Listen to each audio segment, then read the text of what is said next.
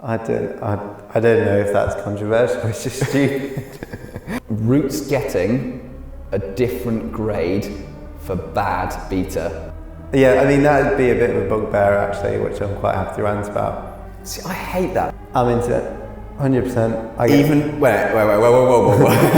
Yeah, I just don't really care about it. I'm a sort of sensitive observer to the steep climbing tightrope thing. Because you can't hold cut leases. No, I can.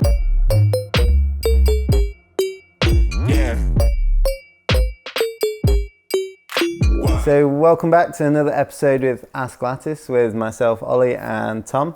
Since we did a good bouldering topic rant, it was mostly about short and tall climbers, we thought we'd carry on and focus this one on a little bit more about sport climbing or route climbing. So a little bit more ranty topics again. Tom's got some written down, so we'll kind of give our opinions and then you can comment below and argue against us if you prefer.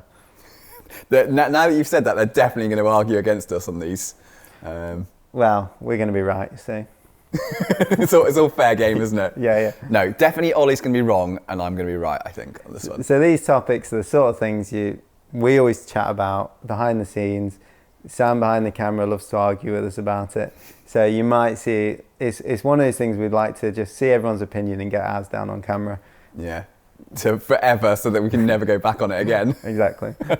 Okay, right. First one I'm going to start with, and this is a one that I feel very strongly on: route climbing and speed of climbing. This thing absolutely does my head in. That you have climbers who are all going out and they're going route climbing. They're climbing on the same route, but you've got people that are taking 5 minutes to get up a route versus people that are taking 25 minutes to get up exactly the same route. And you will have those people that are taking 25 minutes to get up the route will always say that route is much, much harder for the grade. And the person who's doing it in 5 minutes will say it's easier for the grade. This is because a route is not the same grade for a different speed. It goes without saying. Oh. It's 100% true. It's not true. Do you think? It's not the same route. It's not the same grade. Does that include rest periods or like resting en route? Like if you went climbed fast, rested, then climbed fast. No, it doesn't include that. Okay, just climbing time. Yeah, it's duration. It's time under tension as such in a route. It's not the same grade. Yeah, I would. By a million miles. I'd say I have to agree actually. So we've trained a lot of people over the years where they get stronger, they get fitter, and they seem to get better and better. And like the way that we work with people is mostly about physical training and training plans. But you can tell if someone keeps coming back and saying, oh, I couldn't do this move, I couldn't do this route, and then you ask them for some evidence or footage, then they tend to climb really slow and hesitantly, don't they? And you can see them umming and ahhing or just going really slow. And you have to be so overly fit to climb something really slow. Yeah, ridiculously fit and strong. Yeah. So I have to agree actually that I think there's a middle ground for some people. Some people just are slower and they can't be as coordinated. But if you just try going faster, it really does actually help. Or, going into that crux section, knowing well enough, don't hesitate. Don't try and shake too much, just get through the thing. So I do think it's something I have to remind myself as well, and I have to remind a lot of people I work with, that to get into the flow of good climbing, you do need to play around with your speed and work out what does and doesn't work on that terrain. So yeah, I mean, it sounded really controversial when you first said it, but I totally agree. Well, okay, so like the classic example, like the most explainable thing I can think of here is you get someone testing on a lattice board at 20 degrees, 30 degrees, whatever steepness it is, and you have them going around the circuit, round and round and round on the same set of holds for 5 minutes.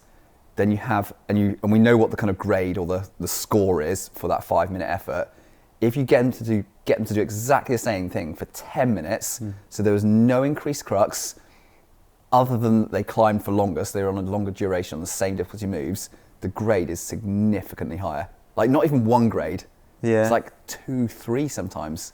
I'd be interested to see if people could find examples of really slow climbers or people climbing really slowly on a route that are as good as the same climbers that have done the route, that have done it fast. They'll say Andrawad climbs really fast. and I'm sure he's the perfect example. But then I can't think of a route where I've seen that's really hard, where someone's climbed it super slowly. Yeah. That's all.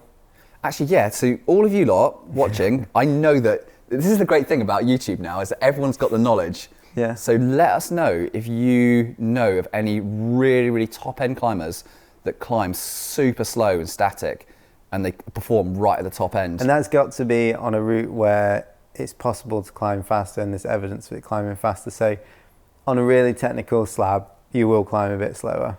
That's like fine, that's expected. But if someone else climbs it really fast, or on the steeper terrain where most people are climbing it fast, we want to see evidence of the slow version of that, whatever it is. Yeah, I can't think of one actually. So yeah. I think, what would you do? What would you tell someone? For me, it'd be work out a route. Like if they were climbing really slowly? Yeah, work the sections and see how fast you can get through and know when to slow down and stop. Yeah, I mean, it's just a case of basically deploying practice on the situation. And even if the person is going, okay, well, I feel quite unsure when I'm on lead, and I feel more nervous and I need to chalk up more and I need to take my time when I'm on lead, at least prove the case to yourself on top rope or second to climb faster, so you physically understand the difference.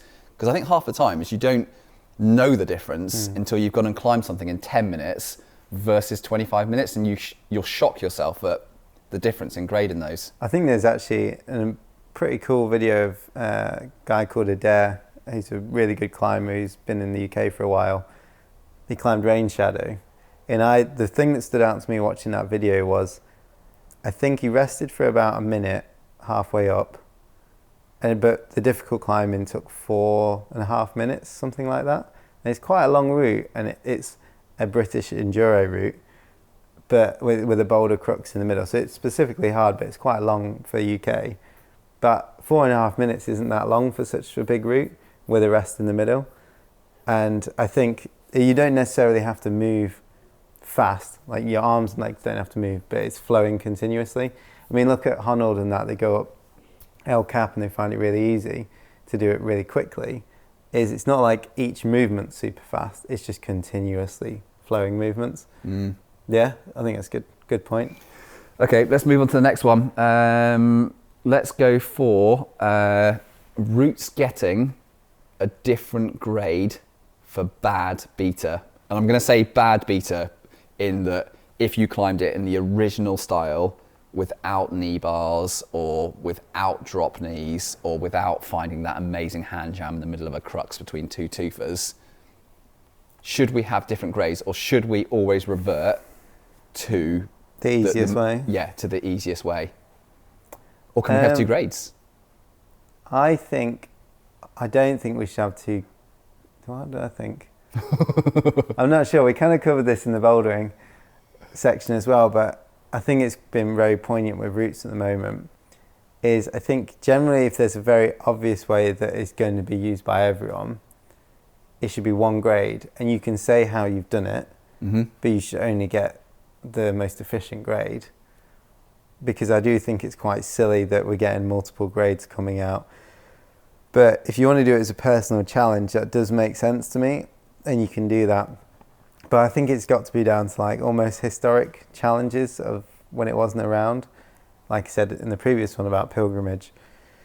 But I don't know actually, because it's just evolution, isn't it, of climbing? I'm more in line with the easiest way up. It should be graded like that, and if you can't use that technique or you don't want to, that's fair dues.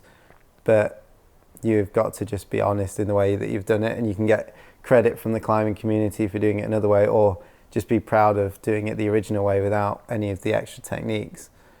But I do think, like, at the end of the day, this is the style that's the most efficient way, and that's all we're trying to do. The only way that we're going to progress in climbing 90 plus 10A is by using these techniques. So yeah, I think you've got to just grade it for that way, even if it means downgrading. Yeah, for sure. I think it's happening. Is it on the Rambler at the moment, potentially? I think people are talking about that being easier now with certain knee bars and so on. Is it? But I just think, like, you could say I climbed the Rambler, whatever grade, with knee bars or without knee bars, original method. But I think it's up to you what you want to do, and people can give you the credit they want. But if you're logging it on 8ANU, I think it's got to be the easiest way. Yeah. I'm Personally. not even going to try and disagree with you because I think it's exactly the same on that. Yeah. Okay, another one. What do you think to the concept that there is only one way of training endurance? So there is just one, magical, amazing session that you can do for your endurance training, whether it's the summer or the winter. You can just do that session and it will solve all of your endurance woes. I don't know if that's controversial. It's just stupid. No, I was kind of hoping that you were about to go, oh yeah, actually there is a session that I just created where you can do that. Yeah. It's in our extremely expensive training plan. No, that's just rubbish, isn't it? I think, I mean, that would be a bit of a bugbear actually, which I'm quite happy to rant about. Climbers that use the same training method for years and years and years. Yeah. And they're constantly going up and down in level.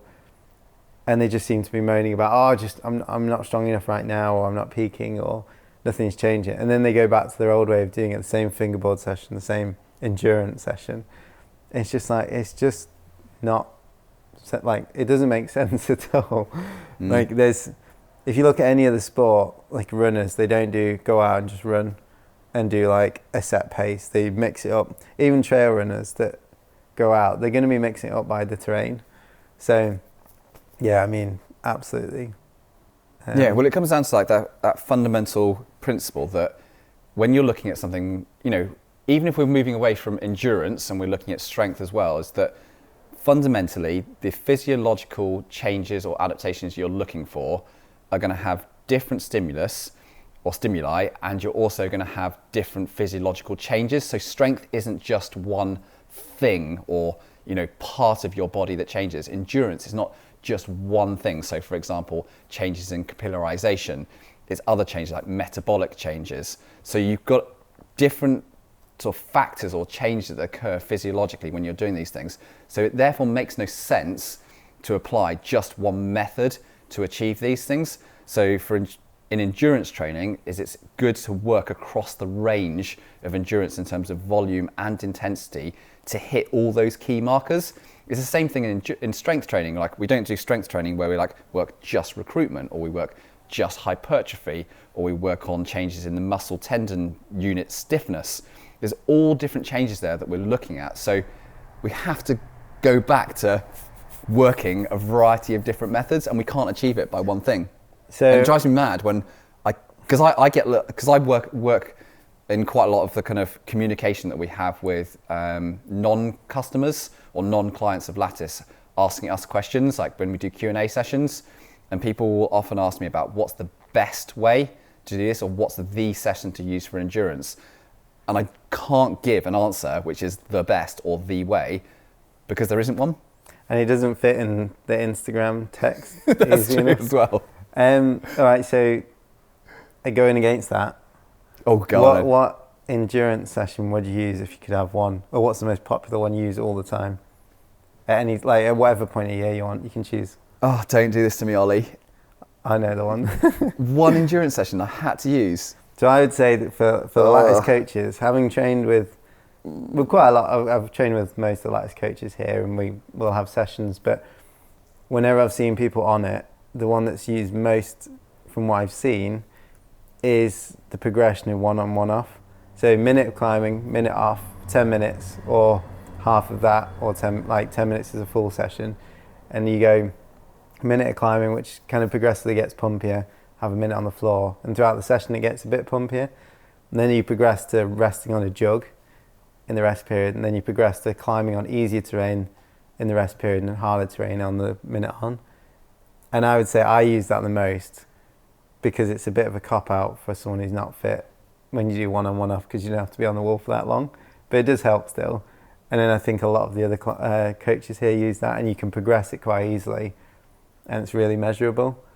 So I'd say if I was using one, and when I have only used one in sections of the year when I'm maintaining or something, or I'm already going outside, that's usually the one. See, I hate that for the fact that I I know what you're saying. It kind of feels like a bang for the buck type exercise, Yeah. and I would agree you get quite a lot out of it, and it does cross quite a lot of the sort of the endurance spectrum and the type of changes that you see. But then it totally annoys me from the fact that it's too convenient, so people will go for it. And don't worry, like I'm just as guilty of this as others. But then it massively fails on the aerobic work capacity element. Yeah, it does. So then because your total time, the sort of duration of exercise is so low, is that then when you go to the crag and you're doing, 20 minutes on a route and you want to do that 3 times across the day, you've got a total, work capacity there, talking about like 60 minutes of aerobic base, or however you want to term it.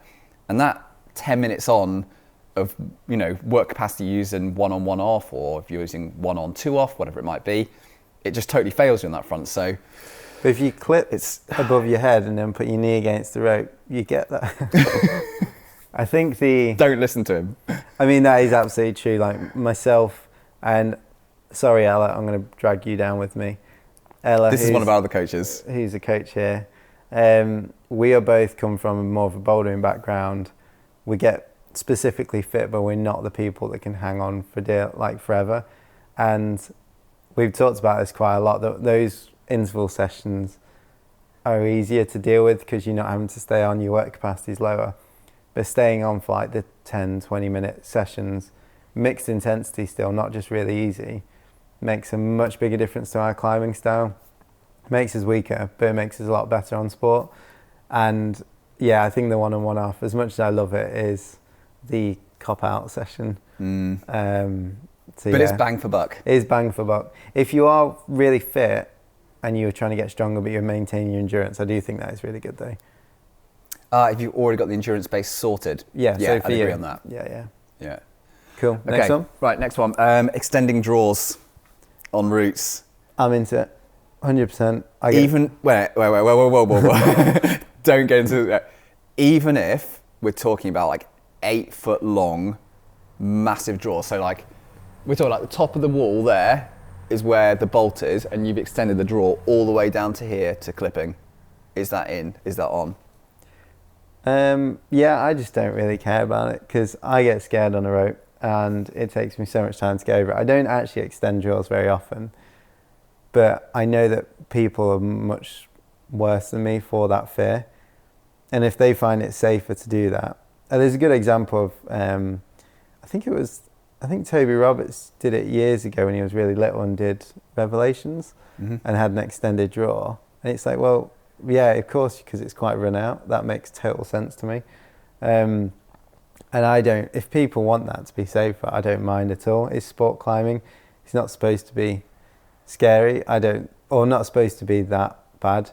I think where it changes probably is one, if there's like a crux section around a draw, but I'm still not too bothered because that's badly placed bolt. Yeah. And then 2 would be something I wouldn't ever do is say I'm planning to go to the Ratikon in Switzerland, which is usually quite run out bolts, or I think it's bolted and pegged, and I wouldn't have an 8-foot sling and then a draw and then an 8-foot sling and then a draw, because I think it loses the character of that route. But it's designed like you get a rating on how run out it is in that sort of style, so I'm going there for that challenge. If someone else wanted to go and do it in a different way, that's up to them, but for me the challenge is the fear element as well on that style. But I think general sport climbing, I don't really care unless actually there's loads of people en route and other people don't want an 8-foot sling in the way. I think that's a bit selfish. Yeah. But that kind of comes onto our other topic of sieging routes, doesn't it? But what do you think first? So I would say I'm totally on the page of ultimately it's a sport climb. We're not really doing sport climbing for a danger element, and a lot of people choose to do that because it's just purely about movement, doing routes in a safe style, enjoying the flow of the experience. And so if that long run out gets in the way of that, then 1, take it out so you can enjoy the sport. 2, if tactically it's better so you can actually get up the route, it's good. The only caveat I put on it is that I think if you get into a habit of always extending, especially if you allow your partner to sort it out for you and extend to so you're comfortable, is you never ever get out of your comfort zone. So you're always used to having a draw exactly where you want it. So then if you get on-site experience and you want to climb something hard on-site, and you really do have to get right to the bolt to clip, you just freak out all the time because you're so unaccustomed to doing that little bit more of a run out and being a bit more committed on the climbing. So I think on that side of things, it would set you up poorly for the future if you always have everything in the most comfortable position. Cool. I guess we're on the same page. Yeah. What were you about to go on to? I think sieging, I'm really interested in sieging routes when you're at a busy crag. And I think like the 8 foot draw kind of comes into it a little bit, where if you're setting the route up for your design, but you know it's going to be busy, and then how you feel about sieging that route. So I think a good example is if you go to a really busy crag and you're having to clipstick bolt to bolt multiple times in a row. I know that happens to a lot of friends of mine, where if you go into a crag, it's going to be busy and someone's on the route and they've been on there multiple times. Everyone goes up bolt to bolt or stick clips to begin with, but it's how long does that process go on to, and then if they get there first thing in the morning, do you go on a different route? And I don't particularly have like a really strong opinion either way, but I kind of never really, I'm not sure what I feel about the whole etiquette of that, because I personally wouldn't do it at really busy crag because I feel uncomfortable with it, but maybe I'm just too sensitive to that. Or what do you think? Yeah, I mean, I've had mixed experiences with the whole sieging thing, and I've been to crags where people have very definitely said to me, no, it's not cool, you can't go on this line, I've got it today. And they've been quite outspoken about that, and I've tried to reason with the situation, and it's still been, no, this is our route, this is our line. And ultimately, I mean, all you can have is just talk to the person, and if that's the way they're going to go and they don't want to share it with you, then I generally just accept that. I'm just not into arguing at the crag, mainly because it just affects my day, and then I feel stressed and I can't enjoy the rest of the climbing. But I do think it's about, as crags get busier, we spend more time in a gym style environment where there's lots of people, it's good to just be able to talk to people and reason with them. And I'd say on a whole, I think that people should be understanding of others, they should give them time and space, and you should be able to negotiate it at the bottom of the crag and talk to people to allow themselves time. And as long as you're just clear about going, hey, I'm quite slow, I'm probably going to be on this for like an hour on the route, just dogging up it. So where fits best for you in your day when I'm going to spend an hour on it? And normally if you just chat to the person, they'll go, oh, we just want to have 2 quick burns on it. So actually, if we can just get our quick burns going, you can just siege it for as long as you want. But if you have the chat, it's normally all right. Yeah, I think that's a good point. So I've been on busy routes before where there's about 7 of us on the same route, but it's been shorter, and you fit in your cycle, and then there's usually a critical mass where other people won't join in, which I think is fair. But I do think if you're sharing a long route with someone, you know it's going to be a long duration, it's always good to tell them, because there's nothing worse than warming up, getting ready because you're about to go next, and then having to wait too long, or the other person's sort of faffing at the bottom and it's getting dark. So I think it's just about communicating in that way and then doing what you feel comfortable with, and then finding esoteric crags out of the way. That's usually my method, but I tend to be antisocial, so. I'm just as bad anyway, so no, it's all good. Okay, let's just do one last thing, and then we'll call it down the route ranting. This one is, what do you think about climbers on steep routes, and this we'll talk like really steep here, sort of 50, 60 degrees and beyond, and the big cut loose moves and tight belays. And tight belays. We know what we're talking about here. We're talking about the belayer holding the swing in. Is that a thing? Yes, most definitely is. I've had it done to me before, and it feels amazing because you just feel really strong. But then I've always have I had it on a link? I've never had it on a proper link. Because it's full on. It's just a dab. Yeah. That's the equivalent in cheating, sport climbing as a dab in bouldering. Like, everyone knows if you swing out and you smack the pads underneath you, or you hit your climber with your foot behind you or your spotter, You get off and you go dab, and you call it out. I think it depends I don't on think it's honesty, called though, out. isn't it? If you skim the pad, I actually think we're too strict on it with certain things. Like if there's no weight on it and you just happen to scuff a bush or something, I'm all right with it personally. No, you cannot be all right with that. It's just scuffing a bush. Yeah, if it doesn't change the weight. That's full bush assistance. Yeah, I don't care. Yeah. I don't care. You heard this here first. It's just like if you scuff the pad, then and it makes just barely. It doesn't affect the swing at all. I personally don't care. But a tight belay, I guess it's always a range, isn't it? I think if tight belay, if you know that it's affected you, should just be honest. Like people know if they're cheating. Like I've had people hit my foot before at the end of like a cut loose and I've not felt it and then I've been told about it afterwards. And if it's something I really care about, I might just do it again because I wasn't sure because I was in the moment. But if I don't care about it, like it's a problem that's not my limit, I'll leave it. I'm not bothered. And then I think with the rope, if it I don't know, you'll know if it stops you. That's the thing, you'll know if the swing is assisted by the rope. I mean, it's like resting, isn't it, and clipping the jaw above you and then sinking down onto it. To me, you've got the weight of the rope then resting, but obviously you would do that rather than like having it below you. Is that allowed actually? Well, if it's just the weight of the rope, as long as it's not tight, I think that makes sense because one, you're about to do the next moves anyway. So you rested and then you're about to plod on. You wouldn't do that pre-crux. But then if you suddenly I don't know, if you've had the belayer holding the rope tight purposefully, or you create drag on the rope and then do that, then that is cheating. Yeah. I don't know. I think if you know if you're cheating and you can tell when someone's guilty. Yeah. So. I think I'm a sort of sensitive observer to the steep climbing tight rope thing. Because you can't hold cut looses. No, I can. Not on an edge though. I can hold them in a roof crack. Yeah. It's because you check out Wide Boys videos now because there might be some dodgy belaying going on. If you see something and call me out on it, but I feel like we're pretty good on this. It's because I've climbed a lot in really steep roof climbing. I'm really aware of how much assistance you get from it, and I've seen this quite a bit over the years on the steep stuff of people getting these assistance belays.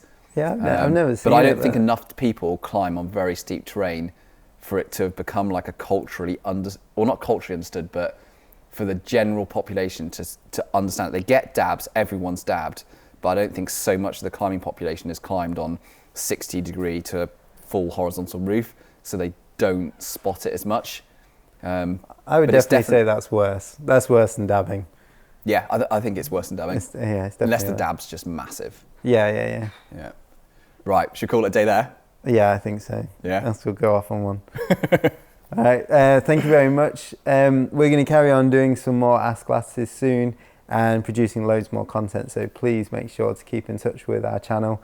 And if you like these rants or if you want to comment below, we're always quite interested to hear what people have to say.